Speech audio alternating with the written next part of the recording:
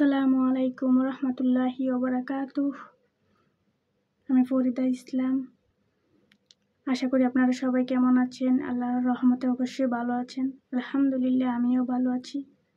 আজকে আমি সূরা মুলকের ফজিলতের বিষয় নিয়ে আলোচনা করব।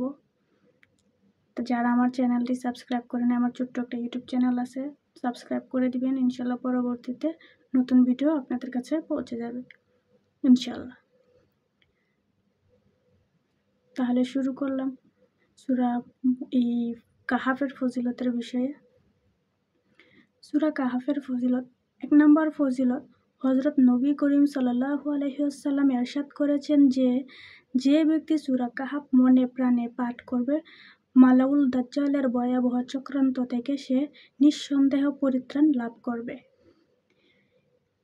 গেল 1 নম্বর ফজিলত। 2 নম্বর ফজিলত, যে ব্যক্তি প্রতি শুক্রবার জুম্মার নামাজের বাদে জুম্মার নামাজের পরে সূরা কাহাফ পাঠ করবে, সে এক জুম্মা থেকে অন্য জুম্মা পর্যন্ত আল্লাহ তাআলার রহমতের আশ্রয় এবং তত্ত্বাবধানে থাকবে, নিরাপদে থাকবে। সূরা কাহাফের 2টা ফজিলত।